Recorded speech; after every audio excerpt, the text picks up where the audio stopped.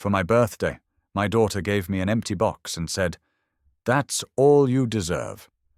But when I opened the old safe in the basement, she turned paler than I had ever seen. "I'm glad you're here with me. Please listen to my story till the end, and let me know which city you're listening from. That way I can see how far my story has traveled. I never thought my 52nd birthday would be the day everything changed. But then again, I never thought my daughter would hand me an empty box with a smile that didn't reach her eyes. The morning started ordinary enough. I woke up in the house Sarah and I had bought 30 years ago, the same house where we'd raised Emily, where we'd celebrated every milestone. Sarah had been gone for 8 months now, cancer taking her too quickly, too cruelly. The house felt bigger without her, emptier, like it was holding its breath. Emily had called the week before, asking if she could come over for my birthday. I'd been surprised, pleased, but surprised. Since Sarah's funeral, I'd seen my daughter maybe 3 times. She was busy, she'd said. Her marketing job demanded long hours. Her husband Brad needed her support with his new business venture. I understood. At least, I tried to. She arrived at noon with Brad. They looked prosperous. Emily in expensive designer clothes I didn't remember her owning, Brad in a suit that probably cost more than my monthly pension from the manufacturing plant. They hugged me, wished me happy birthday, made small talk about traffic and weather. Everything felt rehearsed, like lines from a play they'd practiced. "We brought you something," Emily said, pulling a wrapped box from her oversized purse. The paper was cheap, wrinkled, hastily folded. Strange, given how put together they both looked. I opened it slowly, trying to show gratitude I was already struggling to feel. Inside was nothing. Just an empty box, cardboard and air. "It's symbolic, Dad," Emily said when I looked up, confused. "It represents everything you gave us growing up, everything we needed." Brad nodded, his hand on her shoulder. "Sometimes the best gifts are the ones you can't see." I stared at them, searching for the joke, the punchline, the moment when Emily would laugh and pull out the real gift. But her face was serious, almost cold. "This is all you deserved," she added quietly. The words hit like a slap. What did that mean? What had I done, or failed to do, to deserve such contempt from my only child? They stayed for another 20 minutes, making awkward conversation about their new condo, about Brad's expanding consulting business, about vacation plans to the Bahamas. I barely heard them. The empty box sat on the coffee table between us like an accusation. After they left, I sat in the silence for an hour. Then 2. The house creaked around me, and I kept replaying Emily's words. All you deserved. What had I done wrong? Sarah and I had given her everything. College tuition, a car, help with her wedding, emotional support through every crisis. Or had we? The thought nagged at me as evening fell. Sarah had handled most of the finances in her last years, especially after her diagnosis. She'd been so organized, so careful about everything. She'd told me not to worry, that everything was arranged, that Emily would be taken care of in the will. But Emily's behavior today, that cold dismissal, suggested something else entirely. Around 9 p.m., I made a decision. Sarah had kept important documents in the basement, in the old safe her father had given us. I'd been avoiding that basement since her death, avoiding the boxes of her things I hadn't had the strength to sort through. But now I needed answers. The basement stairs groaned under my weight. I pulled the string on the bare bulb, and harsh light flooded the concrete space. Sarah's boxes were stacked along one wall, neatly labeled in her precise handwriting. Holiday decorations, Emily's school papers, tax returns 2010-2015. The safe sat in the corner, a squat black cube that had always seemed unnecessarily paranoid to me. Sarah had changed the combination 6 months before she died, and she'd written it down for me, making me repeat it twice. Just in case, she'd said. You'll need to know where everything is. My hands shook as I spun the dial. Right to 23, left to 41, right to 17. The lock clicked, and the door swung open with a metallic groan. Inside were folders, stacked in Sarah's methodical way. I pulled out the first one. Will updated March 2024. That was 2 months before she died. I opened it carefully, unfolding the crisp legal paper. As I read, my blood turned cold. This wasn't the will Sarah had described to me. According to what she'd told me in her final weeks, she'd left half the estate to Emily and half to me, including the house. But this document told a different story. Everything. The house, the savings, the life insurance, was left solely to me. Emily received only $10,000 and a letter, sealed in a separate envelope marked, "For Emily to be read after my death." Why had Sarah lied to me? Or had she? I heard a sound behind me and spun around. Nothing. Just the house settling, the furnace kicking on. But my heart hammered in my chest. I reached back into the safe and pulled out another folder. This one labeled Financial Records, 2023-2024. Inside were bank statements, investment records, credit card bills. As I flipped through them, patterns emerged. Large withdrawals, transfers to accounts I didn't recognize, credit cards I'd never seen. And then I found it. A printout of an email exchange between Emily and her mother, dated January 2024, 3 months before Sarah's death. I read the first line, and my daughter's words from earlier suddenly made terrible sense. She knew.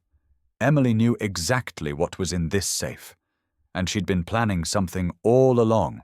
I sat on the cold basement floor for what might have been minutes or hours, the email printout trembling in my hands. The fluorescent light buzzed overhead like an angry insect, and I read the words again, forcing myself to absorb what my daughter had written to her dying mother.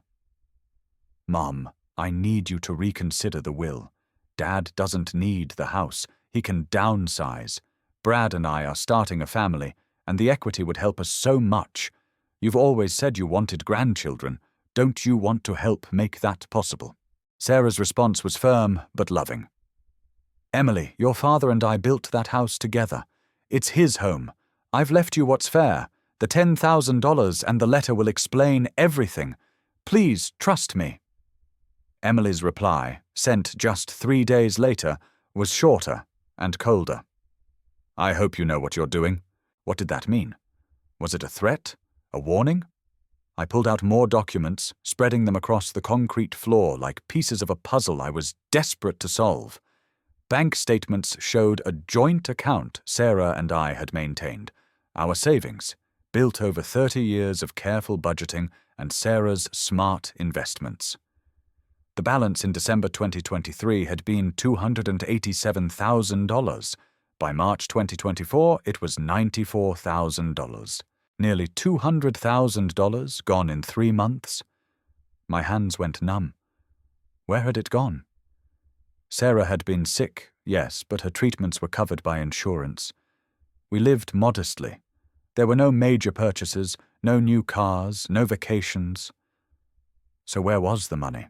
I found a second set of statements, these from an account I'd never seen before. It was in Emily's name, with Sarah listed as a joint holder. Deposits had been made monthly, $15,000 in January, $20,000 in February, $35,000 in March. The memo line on each transfer read the same thing. Family support. Support for what? Emily had a good job. Brad claimed his consulting business was thriving. Why would Sarah drain our life savings to give them nearly $70,000 in 3 months? Unless she didn't know. Unless Emily had access to the account and had made the transfers herself. I stood up too quickly, and the room spun. I grabbed the metal shelf for balance, knocking over a box of Christmas ornaments. They scattered across the floor, glass balls that Sarah had collected over decades, each one a memory. I stared at them, these fragile pieces of our life, and felt something break inside me that was harder to repair than glass.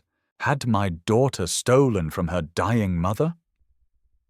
The thought made me sick. I wanted to reject it, to find another explanation. Maybe Sarah had given the money willingly. Maybe Emily had needed it for medical bills, for debts I didn't know about. Maybe I was misreading everything. But then I remembered the empty box. This is all you deserved? Not all I could afford, or all I had time to find. All you deserved, like I was being punished for something. I climbed the stairs slowly, my knees aching, my mind racing. In the kitchen, I poured myself 2 fingers of the whiskey Sarah had bought me last Christmas, still mostly full because I rarely drank alone. Tonight was different. Tonight I needed the burn, the clarity, the courage. What were my losses? I counted them out like rosary beads. Money, potentially $200,000 or more. My daughter's love and respect, or at least the illusion of it. My trust in the family Sarah and I had built. My certainty about who Emily really was. The peaceful grief I'd been trying to process since Sarah died, now poisoned with new pain. But I still had things too. The house, legally mine according to the will I'd found. Whatever remained of our savings. And most importantly, I had questions that demanded answers. I thought about confronting Emily directly, calling her right now and demanding the truth. But something stopped me. If she'd been calculating enough to manipulate her dying mother, if that's what really happened, she'd be calculating enough to lie to me. I needed more information first. I needed to understand the full picture before I made a move. The letter. Sarah had mentioned a letter for Emily, sealed in an envelope. I hadn't opened it, it was addressed to my daughter, and even in my current state I respected Sarah's privacy. But maybe there were other documents in that safe, other clues. I went back downstairs, this time with more purpose. I pulled out every folder, every envelope, every scrap of paper. I found our marriage certificate, Emily's birth certificate, mortgage documents, insurance policies, and then, at the very bottom, I found a leather-bound notebook in Sarah's handwriting. It was a journal, started in November 2023 after her diagnosis. The entries were sporadic, written on her better days. I opened it to the first page and saw my name. Robert, she'd written. If you're reading this, I'm gone, and I'm sorry I wasn't strong enough to tell you everything while I was alive. Emily isn't who we thought she was. I discovered things in the last months that broke my heart, but I didn't want to burden you while you were caring for me. I was weak, and I'm sorry, but you need to know the truth. My vision blurred. I wiped my eyes with the back of my hand and kept reading. Sarah's words laid out a pattern of deception that had started years before her illness. Small things at first, Emily borrowing money and never repaying it, lies about her job, exaggerations about Brad's success. Then bigger things. Sarah had discovered that Emily had forged her signature on a bank withdrawal slip, that she'd used Sarah's credit card without permission, that she'd been pressuring her mother to change the will, to sign over property, to give her power of attorney. I said no, Sarah wrote. I protected what we built, Robert, but I'm afraid of what will happen after I'm gone. Please be careful. Please don't trust her until she proves she's changed. And please know that I love you. You deserved so much better than the burden I'm leaving you. The journal entry ended there, dated 2 weeks before Sarah died. I closed the notebook and sat in the silence. My daughter had preyed on her dying mother. She'd manipulated, stolen, and lied. And now she'd come to my birthday to deliver an empty box and a cruel message, probably believing I'd never find this safe, never discover the truth. She was wrong. I picked up my phone and started making a list. I needed a lawyer, specifically Sarah's estate lawyer, the one who'd filed the will. I needed bank records, account access, transaction histories. I needed to understand exactly how much Emily had taken and when. And I needed to do all of this quietly, carefully, without alerting her that I knew. For the first time since Sarah died, I had a purpose beyond grief. I was going to find out exactly what my daughter had done, and then I was going to make sure she faced the consequences. Monday morning, I called the law offices of Patricia Hendricks at exactly 9 a.m. Patricia had handled Sarah's estate planning, and her name was on every document in the safe. I'd met her once, briefly, at a consultation Sarah had insisted on 6 years ago. I remembered her as sharp-eyed and no-nonsense, with silver hair cut short and a handshake that meant business. "Mr. Morrison," she said when her secretary connected us. "I've been expecting your call, actually, though I thought it might come sooner." Her words caught me off guard. "You were expecting me?" "Your wife left specific instructions. She asked me to reach out to you 3 months after her death if I hadn't heard from you. It's been 8 months now. I assumed you were either managing well or avoiding the conversation. I found some documents," I said carefully, "in her safe. Things that don't add up." There was a pause. "Can you come to my office today? I think we need to talk in person. I have a 2 o'clock opening." I took it. Patricia's office was in a restored Victorian downtown, with polished wood floors and walls lined with law books that looked actually read, not just decorative. She gestured me to a leather chair across from her desk and poured 2 glasses of water from a crystal pitcher. "Your wife was a remarkable woman," she began, "and she knew exactly what she was doing when she made her final arrangements. What did you find?" I told her everything: the birthday visit, the empty box, the email exchanges, the missing money, Sarah's journal. Patricia listened without interrupting, her expression growing grimmer with each detail. When I finished, she pulled a thick file from her desk drawer. Sarah came to see me in February, 6 weeks before she died. She was very weak by then, but she insisted on making the trip personally. She told me she suspected your daughter was stealing from her and she wanted to protect you and the estate. Why didn't she tell me? The question came out as a plea. She said you were carrying enough weight with her illness. She didn't want to add family conflict to your burden, and she hoped. Patricia paused, choosing her words carefully. She hoped she was wrong, that she'd misunderstood, that Emily would prove her suspicions false. But she didn't. No. Sarah hired a forensic accountant to review your joint accounts. The report came back 2 weeks before she passed. Patricia slid a bound document across the desk. Your daughter had access to your wife's online banking through a password she'd gotten during a visit.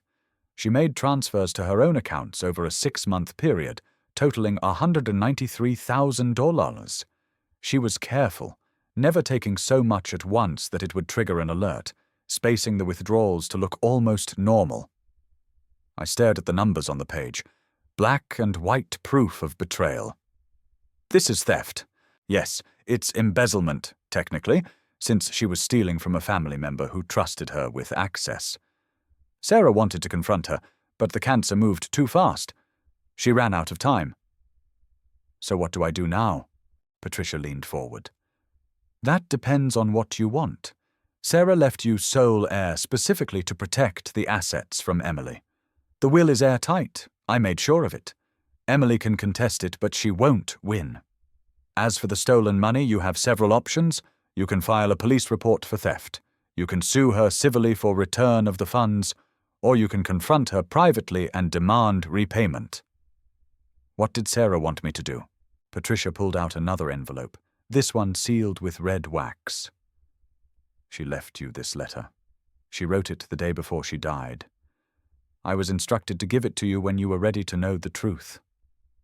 My hands shook as I broke the seal. Sarah's handwriting was shaky but legible, written in the purple ink she'd always preferred. My dearest Robert, it began. If Patricia has given you this letter, you know what Emily did. I'm so sorry I couldn't protect you from this pain. I'm sorry I wasn't strong enough to fight this battle while I was alive. But you're strong enough. You always have been. Don't let her win. Don't let her rewrite our story or steal what we built together. Stand up for us, for our marriage, for the truth, and know that whatever you decide, I support you. I love you. I believe in you. Be brave. All my love, Sarah." I couldn't speak for a long moment. Patricia stood and walked to the window, giving me privacy with my grief. When I finally found my voice, I asked, "What would you recommend?" "Document everything. Get copies of all bank statements, all transfers, all communication. File a police report. Theft is theft, family or not. Then sue her civilly to recover the money. Make it public, make it official, make it impossible for her to deny or minimize what she did. She'll hate me." "Mr. Morrison, she already doesn't respect you. That empty box made that clear. The question isn't whether she'll be angry. The question is whether you're going to let her get away with stealing from your dying wife." Patricia was right. I knew she was right. But knowing it and feeling ready to act were different things. "I need time to think," I said. "Of course, but don't take too long. And be careful. If Emily suspects you've discovered what she did, she might take steps to hide assets or create distance. These cases are easier to prosecute when you act quickly." I left Patricia's office with copies of everything: the forensic report, Sarah's letter, the will, the journal entries. I drove home in a daze, parking in the driveway without remembering the route I'd taken. Inside, my phone was ringing. Emily's name flashed on the screen. I stared at it, letting it ring. Once, twice, 3 times. Then it went to voicemail. 30 seconds later, a text came through. "Dad, we need to talk. Can I come by tomorrow? It's important." My stomach dropped. She knew. Somehow she knew I was digging into things. Maybe Brad had contacts at the bank. Maybe she'd been monitoring my activity somehow. Or maybe it was just paranoia on her part, a guilty conscience making her suspicious. I didn't respond. Instead, I went back down to the basement and looked through the safe one more time. That's when I found it. A second journal. This one hidden in a false bottom I'd missed before. This journal was different. It wasn't Sarah's neat handwriting. It was photocopies of emails, printed bank statements, and handwritten notes in margins. Sarah had been building a case file, documenting every interaction with Emily, every suspicious transaction, every lie. She'd even recorded dates and times of phone conversations, noting what Emily had said and what Sarah had learned was actually true. It was dated evidence, organized chronologically, damning in its thoroughness. At the end, Sarah had written a single sentence in red ink. She asked me to sign the house over to her the day I got my terminal diagnosis. That's when I knew for certain. The day of the diagnosis. The worst day of our lives, when the doctor had told us there was nothing more they could do, when Sarah had cried in my arms in the parking lot, when the world had ended. And Emily had used that moment, that vulnerable, horrifying moment, to try to manipulate her mother into giving up her home. I sat on the basement stairs and let the rage come. It burned through the grief, through the confusion, through the last remaining threads of denial. My daughter wasn't confused or desperate or misguided. She was calculating and cruel, and I was done protecting her from the consequences.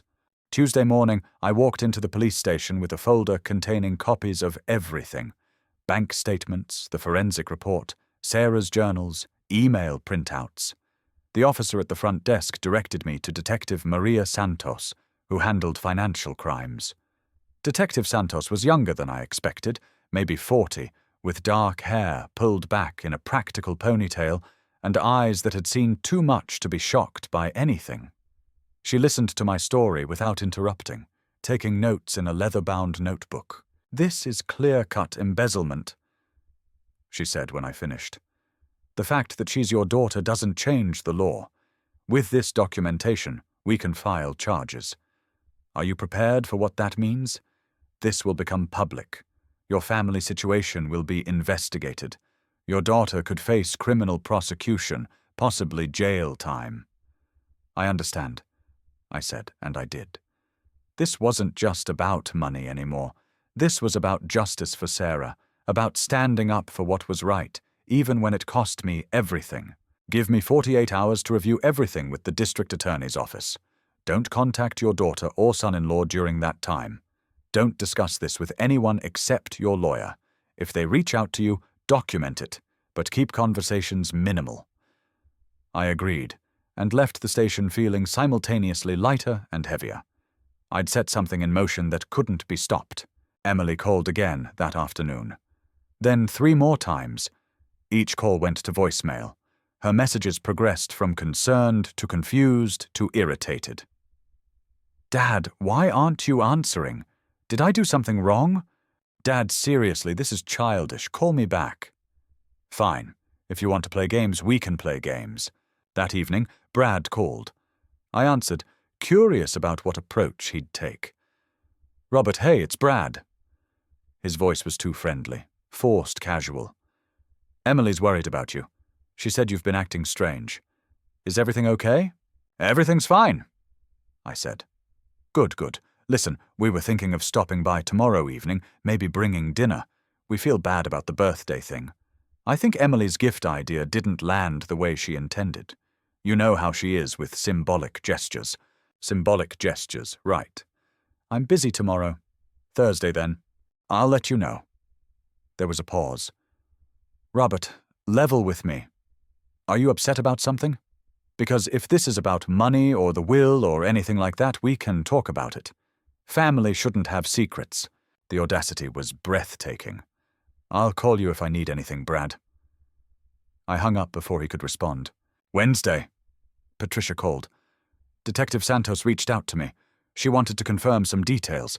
This is moving forward quickly. Are you certain you want to continue? Yes. Emily and Brad will fight back. They'll claim you're senile, that you're misunderstanding things, that Sarah was confused at the end.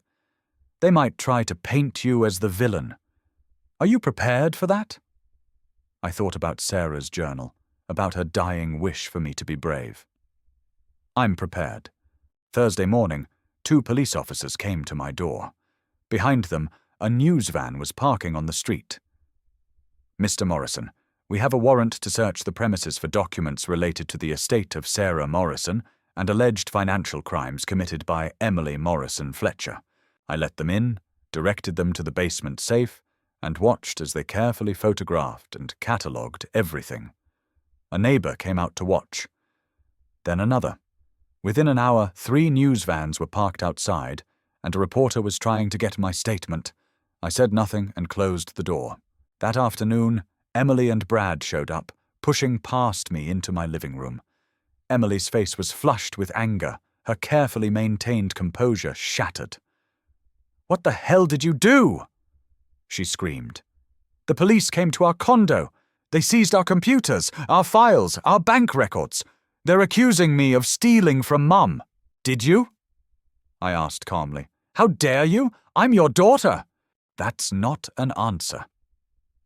Brad stepped forward, his hand raised. For a moment I thought he might actually hit me. But he stopped himself, breathing hard. "You're making a huge mistake, old man. You think you understand what happened, but you don't. Sarah was sick. She was confused. She didn't know what she was signing. Sarah was sharp until the day she died," I said, "and she documented everything." "We can fight this," Emily said, her voice dropping to something like a plea. "We can make this go away. We'll return the money. So you admit you took it?" She froze, realizing her mistake. "Get out of my house," I said quietly. "Dad, please." "You stole from your dying mother. You manipulated her when she was weakest. You used her illness to try to take everything she and I built, and then you came to my birthday and gave me an empty box to mock me. So no, Emily, I'm done. Get out." Brad grabbed her arm. "This isn't over, Robert. We have lawyers too. Good ones. We'll destroy you in court. We'll prove you manipulated Sarah, that you isolated her, that you're just a bitter old man trying to punish his daughter for not being perfect. Try." I said. They left, slamming the door hard enough to rattle the windows. I watched through the curtain as they pushed through the reporters outside, Emily crying, Brad shouting, "No comment," over and over. I sat down on the couch and realized I was shaking. Not from fear, but from adrenaline, from the confrontation I'd been dreading and had somehow survived. They'd shown their true faces, the desperation, the threats, the willingness to lie and manipulate, even now, even caught. Patricia called an hour later. "I saw the news. Are you okay?" "I'm fine. They came here, threatened me." "Document it. Write down everything they said right now while it's fresh. That's witness intimidation. It'll hurt their case." I did as she instructed, filling 3 pages with exact quotes, times, descriptions. Then I sat in the silence of my empty house and let exhaustion wash over me. For the first time in 8 months, I slept through the night. Not peacefully. My dreams were filled with courtrooms and accusations, but solidly, the sleep of someone who'd made a decision and was standing by it. The next few days, I unplugged the phone and ignored the doorbell. I needed space to breathe, to process, to prepare for whatever came next. I ate simple meals, watched old movies Sarah and I had loved, and read her journals again, hearing her voice in every word. I wasn't alone. Sarah was still with me, in every corner of this house, in every memory, in every decision I was making to honor her, and I was ready for the next fight. On Monday, a week after the police had executed their search warrant, a letter arrived via certified mail. It was from a law firm I didn't recognize, Whitmore, Patterson and Associates, with offices in the expensive part of the city. The letterhead was embossed, the paper heavy and cream-colored, designed to intimidate. The letter offered me a settlement. In exchange for dropping all criminal charges and not pursuing civil litigation, Emily and Brad would return $50,000, barely a quarter of what they'd stolen, and agree to maintain minimal contact with me going forward. The letter was careful in its language, never admitting wrongdoing, framing everything as a misunderstanding between family members during a difficult time. I read it twice, then called Patricia. "It's a lowball offer designed to test your resolve," she said immediately. "They're hoping you're tired of the fight, that you value peace more than justice. What do you want to do?" "I want them to face the consequences. Then we respond with a formal rejection and proceed with the civil suit. I'll draft the response today." That evening, Emily tried a different approach. She came alone this time, without Brad. I watched through the window as she sat in her car for 10 minutes, building courage or rehearsing lines. When she finally approached the door, her eyes were red from crying. I opened it but didn't invite her in. "Dad, please," she said. Her voice was soft, broken. "Can we just talk? 5 minutes, that's all I'm asking." Against my better judgment, I stepped onto the porch, leaving the door closed behind me. I wouldn't let her back into my house, but I'd hear what she had to say. "I'm sorry," she began. "I'm so sorry. I made terrible mistakes. I was under a lot of pressure. Brad's business was failing. We had debts, and I panicked. I never meant to hurt you or Mum. I thought I'd pay it all back before anyone noticed. You took money from your dying mother," I said flatly. "I know, and I hate myself for it. But Dad, prosecuting me won't bring her back. It won't undo what happened. It'll just destroy what's left of our family. Is that what Mum would have wanted?" It was a clever argument, trying to use Sarah's memory as a weapon against me. "Your mother left me a letter specifically asking me not to let you get away with this." Emily's expression flickered. Surprise, then calculation. She was sick. She was angry. She didn't mean... She meant every word. She documented everything. She knew exactly what you were doing, and it broke her heart. "Then I'll make it right. I'll pay back every penny. We can set up a payment plan. I'll work extra jobs. I'll sell things, whatever it takes. Just drop the charges. Please, Dad, I'm begging you. I'm your daughter." There it was. The card she kept playing. Family. Blood.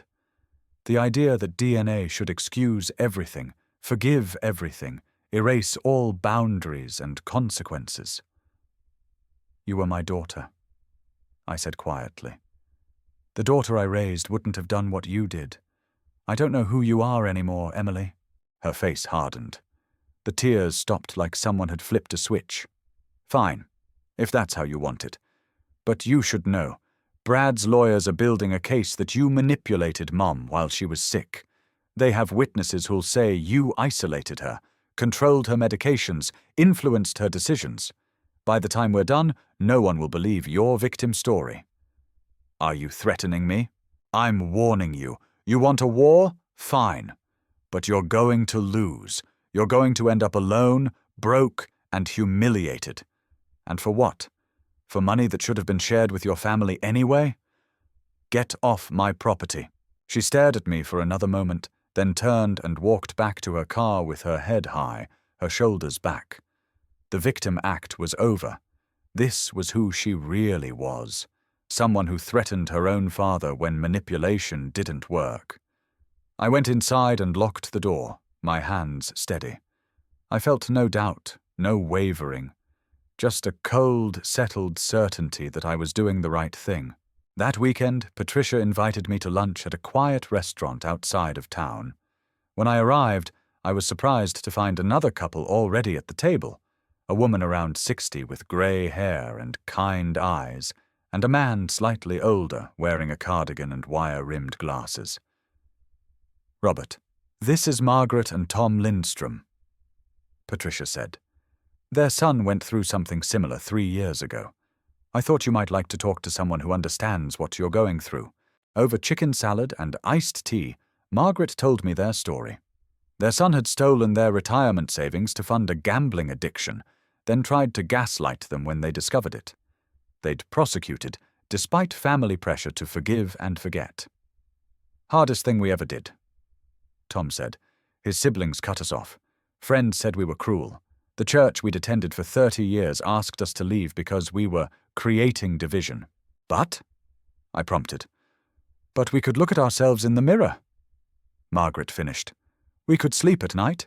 And eventually, our son got help. Real help, not the fake rehab he kept promising. The consequences saved his life. Enabling him would have killed him. Do you regret it? I asked. They looked at each other, having one of those wordless conversations that long married couples can have. No, they said together. We talked for 2 hours. They gave me the names of a support group for families dealing with financial elder abuse. They told me about the emotional stages I'd go through, the doubt, the guilt, the anger, the grief. They assured me it got easier. That clarity came eventually. That I wasn't crazy or cruel for expecting basic decency and accountability. When I left, I felt less alone than I had in months. There were people who understood, people who'd survived this, people who didn't think I was a monster for refusing to let my daughter escape justice. That night, I called my brother in Oregon, someone I hadn't spoken to in months. I told him everything, the theft, the confrontation, the threats. I expected him to tell me I was being too harsh, that family should forgive family. Instead, he said, "Good for you, Rob. Sarah was a good woman. She deserved better. So do you. You don't think I'm being vindictive? I think you're being brave. There's a difference. We talked until midnight, about Sarah, about Emily's childhood, about the moments when we should have seen the signs of who she was becoming. My brother reminded me of things I'd forgotten. Times when Emily had lied as a teenager, times when she'd manipulated situations to avoid consequences, times when Sarah had expressed quiet concerns that I'd dismissed as maternal worry. The patterns had been there all along. We just hadn't wanted to see them. When I hung up, I felt fortified. I had allies. I had support. I had people who believed me, who understood why this mattered. Emily and Brad could hire expensive lawyers. They could threaten and manipulate and lie. But I had something stronger. The truth, documented and irrefutable. And I had Sarah's memory, her final wishes, her explicit instructions to fight. I went to the basement one more time and looked at the empty safe, now stripped of its contents by police evidence collection. But I didn't feel empty. I felt purpose. Let them come. Let them try. I was ready. 3 weeks later, on a Tuesday afternoon, Emily and Brad showed up at my door again. This time they'd brought props, a bakery box from Sarah's favorite cafe, a bouquet of white roses, and practiced expressions of contrition. "Dad, we came to apologize properly," Emily said through the screen door. "No lawyers, no threats, just family. Can we come in? Please?" Every instinct screamed not to let them inside, but I was curious about their strategy. What was the angle this time? I opened the door and let them into the living room, though I remained standing. Brad set the bakery box on the coffee table. "Lemon bars, your favorite."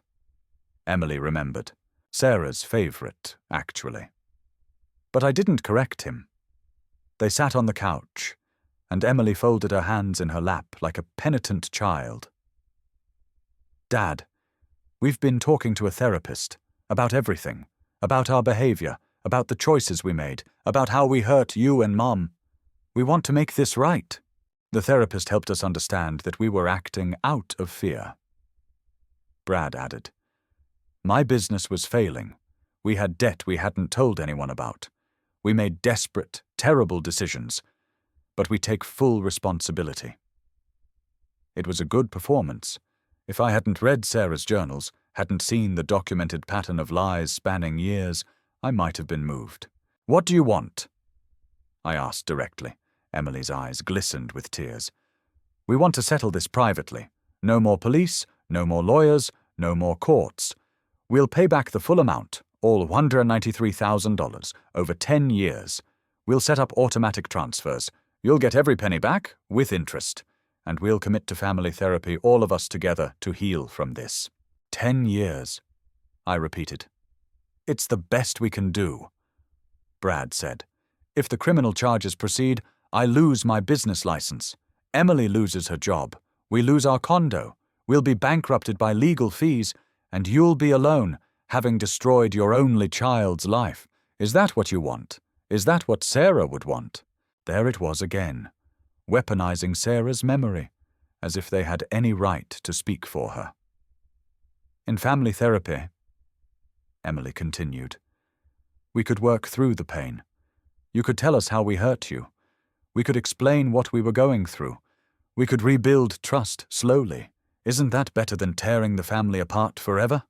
I sat down in Sarah's chair, the one she'd curled up in during her last months, reading novels and looking out at the garden.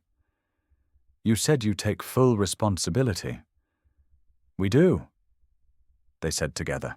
"Then why are you here negotiating instead of just paying back what you stole?" Brad's expression tightened slightly. "Like I said, we need time. You took $193,000 from a dying woman. Where did it go? Business expenses mostly. Some investments that didn't pan out? Credit card debt? Brad, that's not... We can explain..." Emily started. "Explain what? How you lied just now about where the money went? How you're lying about therapy and remorse and taking responsibility? How this entire visit is just another manipulation?" Brad stood up abruptly. "You know what? We tried to do this the nice way. We tried to give you an out, a way to save face while we all moved on, but you're too stubborn, too bitter, too stuck in your self-righteous victim bullshit." "Brad." Emily put a hand on his arm, but he shook her off. "No, he needs to hear this. You're not the hero here, Robert.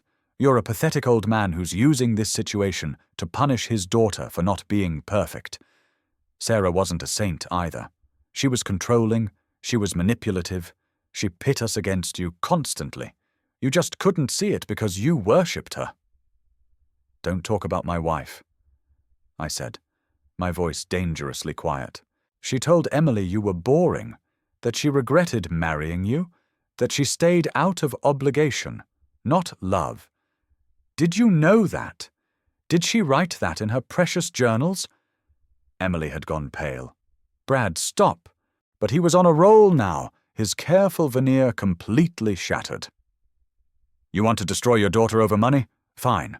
But when this is over, when you're sitting alone in this house with no one who gives a damn whether you live or die, remember that you chose this.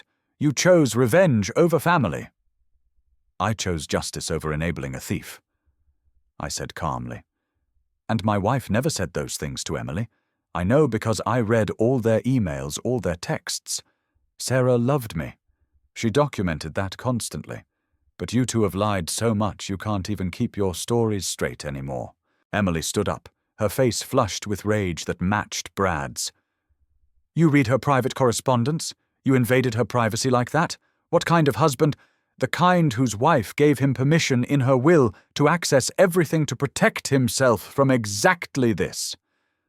I stood and walked to the door, opening it. This conversation is over. Get out. Fine. Brad spat. But you just made the biggest mistake of your life. My lawyers are going to bury you. We have evidence of your abuse, your controlling behavior, your manipulation of Sarah's illness. We're going to prove you're an unreliable witness, possibly senile, definitely vindictive. We're going to make you wish you'd taken our generous offer. Are you done? I asked. Emily grabbed her purse, leaving the untouched lemon bars and flowers on the table. You'll regret this, she said, her voice shaking. You'll regret choosing money over your only daughter. I'm choosing truth over lies, I said. That's not the same thing. They stormed out, Brad shoving past me hard enough that I stumbled. Their car peeled out of the driveway, leaving rubber marks on the pavement. I closed the door and locked it, then leaned against it, my heart pounding. My hands were shaking, not with fear exactly, but with adrenaline, with the aftershock of confrontation. They'd shown me who they really were. Not the scared, desperate kids who'd made mistakes, not the remorseful family members seeking redemption. They were con artists, pure and simple, who'd tried one last manipulation and had exploded when it didn't work. I went to the kitchen and poured a glass of water, gulping it down. I was scared, I realized. Brad's physical aggression, Emily's cold fury, these were people who might escalate, who might do something dangerous out of desperation. But the fear didn't weaken my resolve. If anything, it strengthened it. They'd just proven that they were exactly what Sarah had documented, manipulative, dishonest, willing to say anything to get what they wanted. And they'd threatened me, physically and legally. I called Patricia immediately and told her everything, describing the conversation word for word while it was fresh. Document the physical contact, she said. Take photos of any bruises. File a police report for assault. This is witness intimidation again, but worse this time. This helps our case enormously. I did as she instructed. There was a bruise forming on my shoulder where Brad had shoved me. I photographed it from multiple angles, feeling simultaneously ridiculous and vindicated. That night, I sat in the living room with a cup of tea and Sarah's journals. I reread her words, hearing her voice, feeling her presence. Be brave, she'd written. I was trying, Sarah. God knows I was trying. Outside, a car slowed in front of my house, and my heart jumped. But it was just a neighbor parking, someone coming home from work. I was jumpy now, looking over my shoulder. But I wasn't backing down. Let them try their worst. I'd faced Emily and Brad's masks falling away, and I'd survived it. Whatever came next, I'd handle it. For Sarah, for the truth, for the principle that family doesn't give anyone the right to steal, lie, and manipulate without consequences. I was ready for the final battles ahead. The deposition was scheduled for a Wednesday morning in Patricia's conference room. Emily and Brad arrived with their legal team, 3 lawyers in matching navy suits, carrying briefcases that probably cost more than my monthly retirement income. They'd gone all in on intimidation. Emily wore a conservative dress and minimal makeup, playing the role of dutiful daughter wronged by a vindictive father. Brad sat beside her in his expensive suit, his expression carefully neutral. But I could see the tension in his jaw, the way his fingers drummed against the table. I sat across from them with Patricia beside me. Between us were boxes of evidence, bank records, emails, Sarah's journals, the forensic accountant's report, police reports documenting their threats and Brad's assault. Emily's lead attorney, a silver-haired man named Jameson, opened with practiced sympathy. "Mr. Morrison, we're all sorry for your loss. Losing a spouse is devastating, and grief can sometimes cloud our judgment about the people around us. My judgment is clear," I said. "Let's start with the basics. Your wife passed away 8 months ago. In those months, you've accused your daughter of theft, filed police reports, and refused all attempts at reconciliation. Would you say you've been in a healthy mental state during this time?" Patricia interjected. "Mr. Morrison's mental state is not on trial here. His daughter's theft is. Move on." Jameson smiled thinly. "Let's discuss the money then. You claim $193,000 was taken without authorization. But Mrs. Morrison had given Emily access to the accounts. She could have been making gifts to her daughter, especially knowing her time was limited. Do you have proof she didn't consent to these transfers?" I pulled out Sarah's journal, opening to the marked page. My wife wrote, on February 14th, 2024, "Emily asked me again today to sign over the house. When I refused, she said she'd already taken what she needed to survive. I checked the accounts tonight. She's taken over $150,000. I never authorized it. I never knew until now. I feel sick." The color drained from Emily's face. She'd never seen her mother's journals. She didn't know how thoroughly Sarah had documented everything. Jameson recovered quickly. "A journal entry isn't proof. Mrs. Morrison was on heavy pain medication. Her perceptions could have been altered. She wrote that entry in the morning, before her first dose of the day. She documented the time specifically for legal purposes, and she hired a forensic accountant." I slid the report across the table.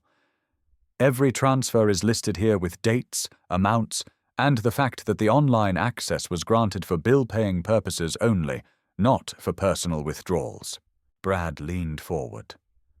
"This is ridiculous. Sarah was family. What's ours is yours, what's yours is ours. That's how families work. You're just bitter that your wife trusted Emily more than she trusted you. Is that why she left everything to me and wrote a letter explicitly asking me to protect the estate from Emily?" "That letter is forged," Brad said immediately. Patricia smiled. It wasn't a nice smile. "We can have it analyzed. Handwriting experts, paper dating, witness testimony from the attorney who watched Mrs. Morrison write and seal it. Would you like to proceed with that claim?" Brad's lawyer put a hand on his arm, but Brad ignored it. "Fine. So Sarah was angry at Emily. Parents get mad at their kids. It doesn't make Emily a criminal." "Actually, it does," Patricia said. "She had limited access to the accounts for a specific purpose, paying household bills during Mrs. Morrison's illness. Instead, she transferred money to her personal accounts without authorization. That's textbook embezzlement. The prosecutor agrees. The grand jury agrees. That's why Emily's been indicted." Emily's mask finally cracked. "She was my mother. I had a right to that money. She would have given it to me eventually anyway." "But she didn't," I said quietly. "She specifically chose not to.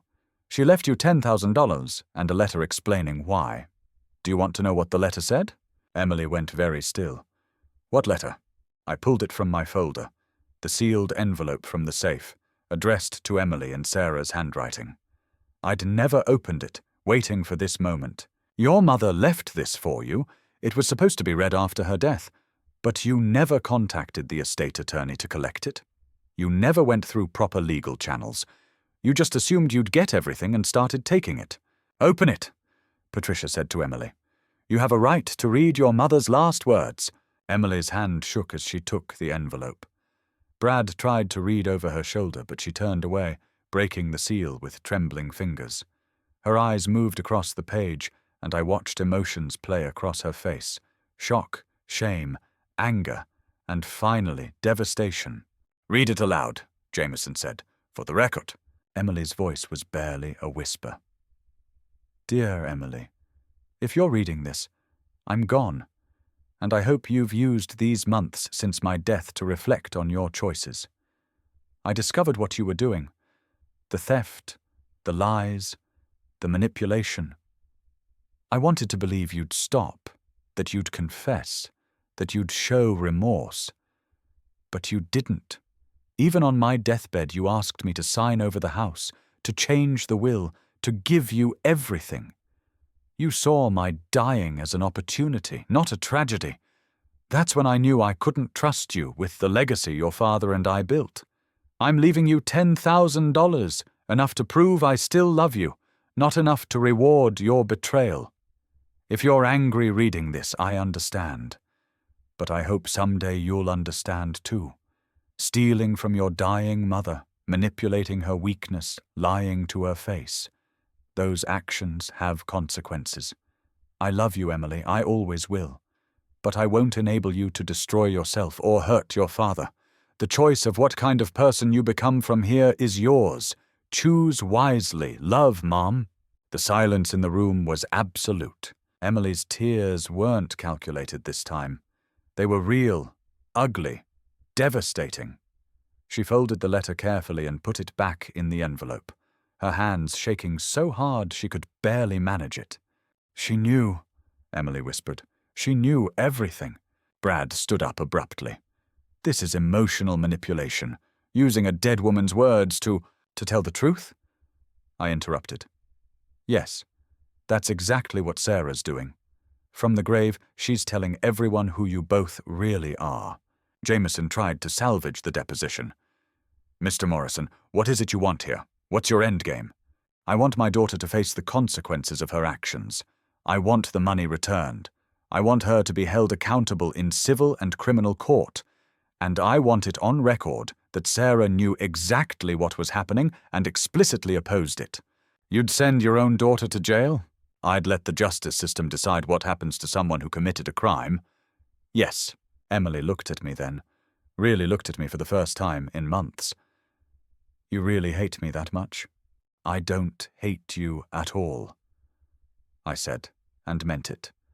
I'm just done lying for you, protecting you and enabling you. Your mother tried to help you become a better person. You used her illness to steal from her instead. Those are facts, Emily, not feelings. The deposition continued for another 2 hours, but the outcome was already determined. Patricia had presented an airtight case. Sarah's documentation was meticulous.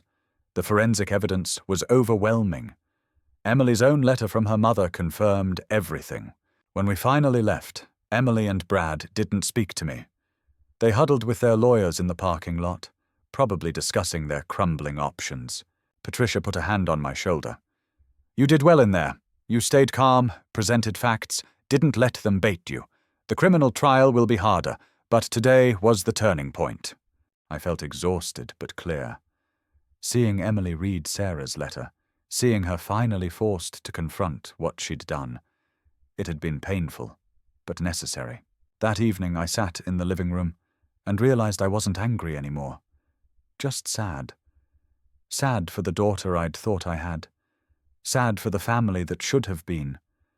Sad for Sarah dying knowing her child had betrayed her. But I also felt something else. Pride. Pride that I'd stood up for what was right. Pride that I'd honored Sarah's wishes. Pride that I'd refused to enable cruelty and theft just because it came from family. The phone rang. It was my brother. How did it go? He asked. It's over, I said. The civil case is settled in my favor. The criminal trial will proceed.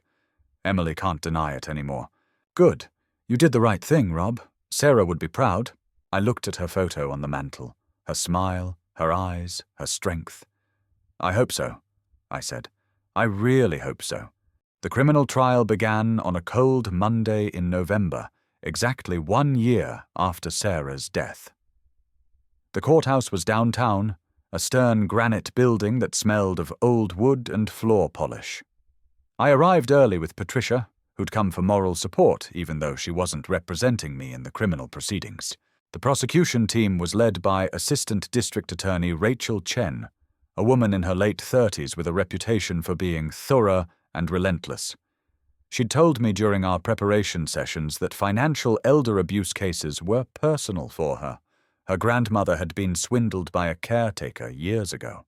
Emily and Brad sat at the defense table with their lawyers, but their team had changed. The expensive firm had been replaced by a single public defender, a young man named Torres who looked overwhelmed. Apparently defending themselves in the civil case and mounting this criminal defense had bankrupted them.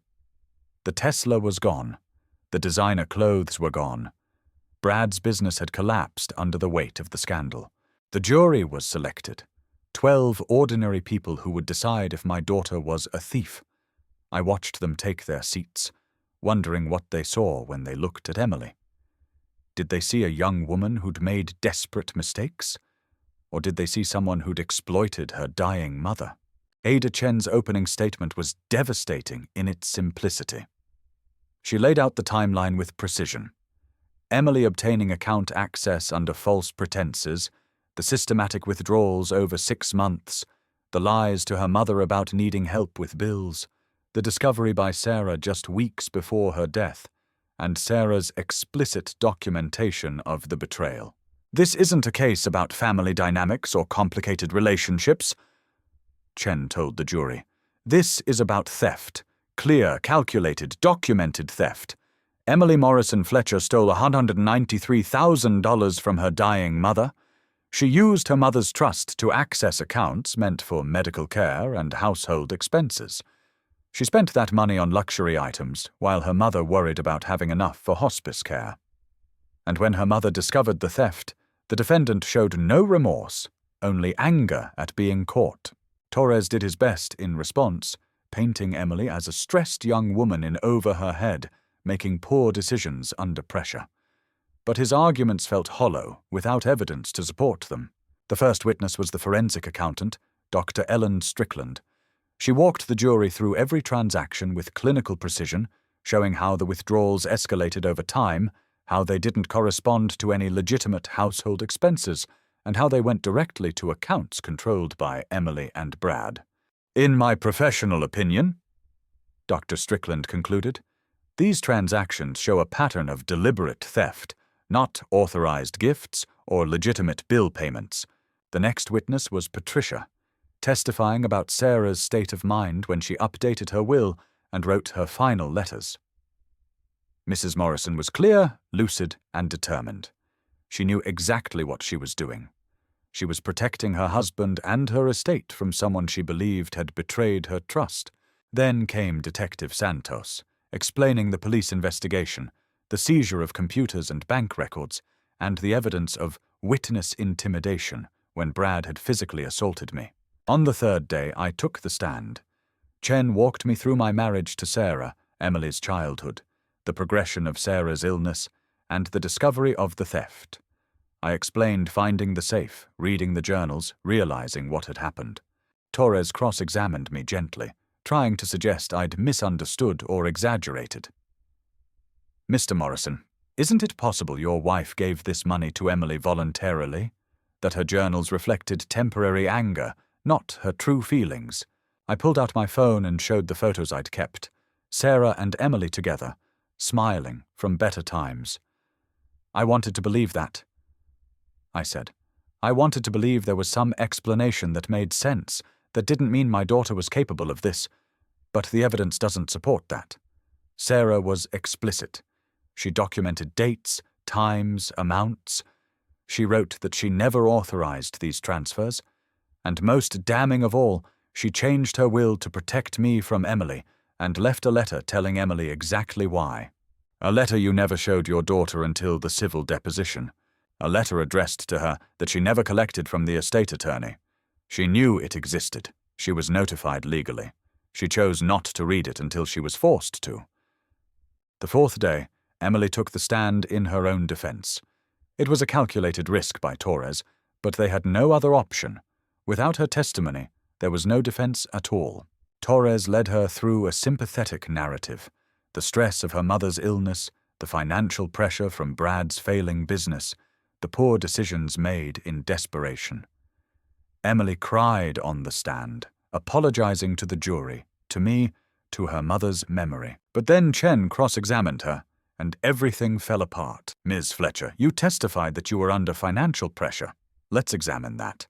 In January 2024, you purchased a designer handbag for $3,800. Is that correct? Yes, but in February, your husband purchased a Tesla for $95,000. In March, you took a vacation to Dubai, costing approximately $12,000. These don't sound like the actions of people in desperate financial straits. We were trying to maintain appearances for Brad's business. By stealing from your dying mother? Ms. Fletcher, did your mother ever explicitly give you permission to transfer money to your personal accounts? Emily hesitated. Not in so many words, but yes or no. Did she explicitly authorize these transfers? No. Did she know you were taking this money? Not at first. And when she discovered it, what did she do? She got angry. She cut you out of her will except for a minimal amount. She wrote you a letter explaining that she saw your actions as theft. She hired an attorney to protect her estate from you. Would you characterize those as the actions of someone who'd given you permission? Emily's composure crumbled completely. She didn't understand. I was going to pay it back. I just needed time. You've had a year since her death. How much have you paid back? Silence. Ms. Fletcher, how much of the $193,000 have you returned to your father? I couldn't. The legal fees. So instead of returning stolen money, you spent more money fighting to keep it? Torres objected, but the damage was done. The jury had seen Emily admit she'd taken the money without permission and hadn't paid back a single dollar. The trial lasted a week. The jury deliberated for 4 hours. Guilty on all counts: embezzlement, financial elder abuse, theft from a vulnerable person. Emily's face went white when the verdict was read. Brad, sitting in the gallery, put his head in his hands. Their lawyer requested leniency in sentencing, citing Emily's previous clean record and her remorse. But Judge Patricia Hartwell, a stern woman in her 60s, wasn't moved. At the sentencing hearing 2 weeks later, she spoke directly to Emily. Ms. Fletcher, you exploited your mother during the most vulnerable time of her life. You stole from her while she was dying. You showed no remorse until you were caught, and even then, your primary concern was avoiding consequences rather than making amends. This court has seen many theft cases, but few as morally reprehensible as this one. She sentenced Emily to 4 years in prison, with possibility of parole after 18 months.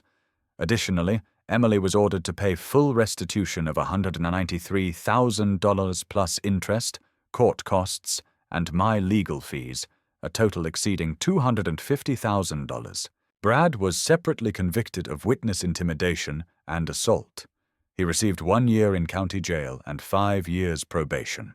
As the bailiff led Emily away, she looked back at me one last time. I met her eyes and felt nothing. Not satisfaction, not vindication, not even sadness anymore. Just a quiet sense that justice had been served. Outside the courthouse, reporters shouted questions. I ignored them, walking to my car with Patricia beside me. You did it, she said quietly. You held them accountable. Sarah would be proud. I know, I said. And I did know. I could feel Sarah's presence, her approval, her love. I'd honored her final wishes. I'd stood up for what was right, even when it cost me everything. The criminal conviction also resolved the civil case automatically. Emily and Brad were jointly liable for the full amount plus damages. Their assets would be seized: the condo, the remaining luxury items, Brad's business holdings. They'd spend years paying off the debt even after Emily got out of prison. It was over, completely, totally, irrevocably over. And 1 year later, I sat in the garden Sarah had planted, watching autumn leaves drift down from the maple trees. The house was different now, lighter somehow, even though nothing structural had changed. I'd repainted the kitchen in the soft yellow Sarah had always wanted. I'd replaced the worn carpet in the living room.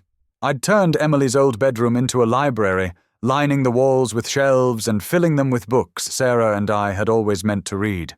I wasn't alone in my healing. Margaret and Tom Lindstrom had become close friends, meeting me for coffee every Tuesday at the cafe Sarah had loved. Through them, I'd connected with others who'd survived family betrayal and come out stronger. We'd formed our own informal support group, sharing stories and strategies for rebuilding lives after devastation. I'd also started volunteering at a legal aid clinic Patricia had recommended, helping other elderly people navigate financial abuse situations. Twice a month, I sat in a small office downtown and listened to stories that echoed my own: adult children stealing, manipulating, exploiting. And I helped them find lawyers, file reports, stand up for themselves. Turning my pain into purpose felt right, felt like something Sarah would have loved. My brother visited more often now, driving down from Oregon every few months. We'd grown closer through this ordeal, rebuilding a relationship that had drifted during the busy years of careers and raising families. He told me I seemed younger now, more energized, like I'd shed a weight I'd been carrying for years without realizing it. The restitution money had been collected through asset seizures and wage garnishments.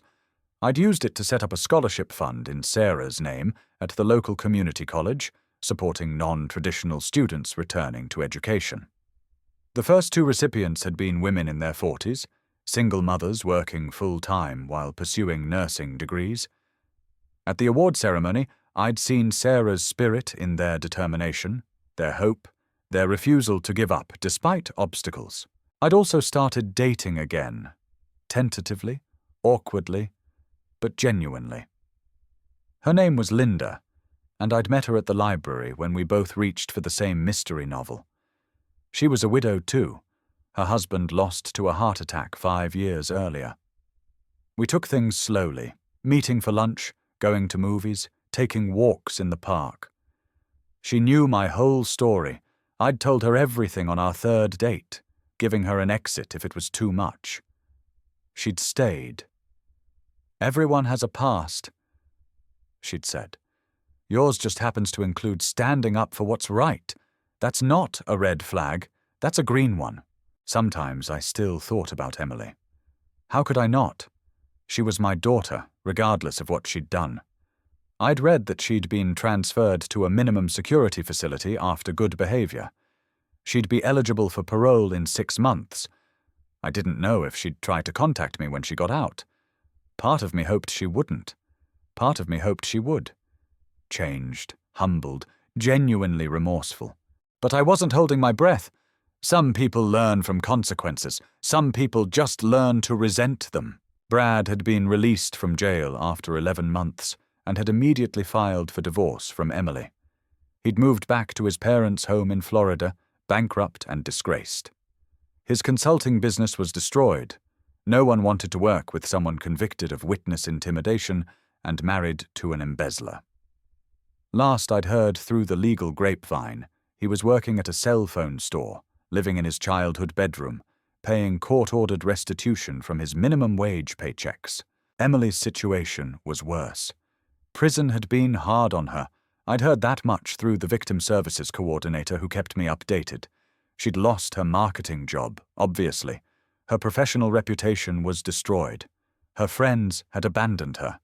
And when she got out, she'd face years of supervised parole, difficulty finding employment with a felony record, and the crushing debt of restitution plus legal fees that would follow her for decades. It was harsh, but it was just.